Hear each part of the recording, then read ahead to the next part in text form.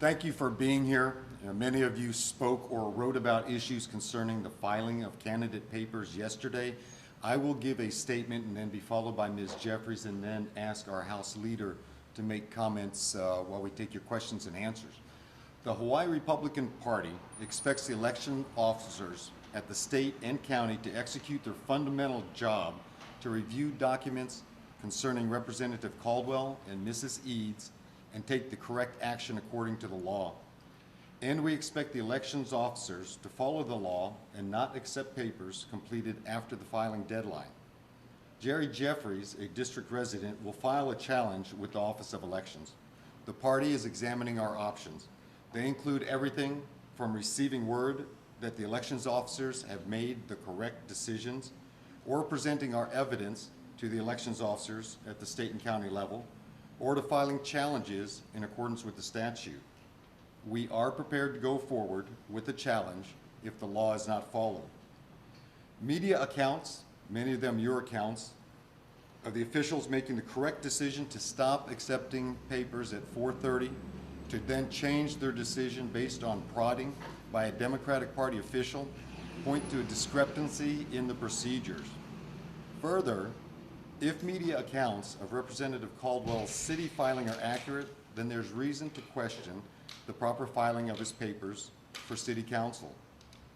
We expect state and city elections officers to review the documents for each candidate and determine if they are in accordance with the law. I do not believe the intent of the law is to cause citizens or political parties to submit challenges to every filing in order to get officials to do their duty.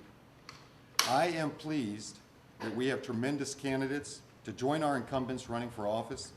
Our candidates present a clear choice for the voter, and these are candidates who are able to work with Governor Lingle and Republican office holders to bring about energy independence, tax reform, and a more affordable Hawaii. We are confident that Ms. Jeffreys is the only properly filed candidate for House District 24. And with that, I'll turn this over to our candidate, Ms. Jeffreys, for her statement. Thank you. Thank you, Willis. Yesterday, I decided to file papers to run because I believe the state needs a two-party system. Only a two-party system can bring the change that is needed in the state legislature. Governor Lingle and her administration need the support at the legislative level to bring real reform to our education system, create a Hawaii that is energy independent, and make Hawaii more affordable for all the citizens of the state.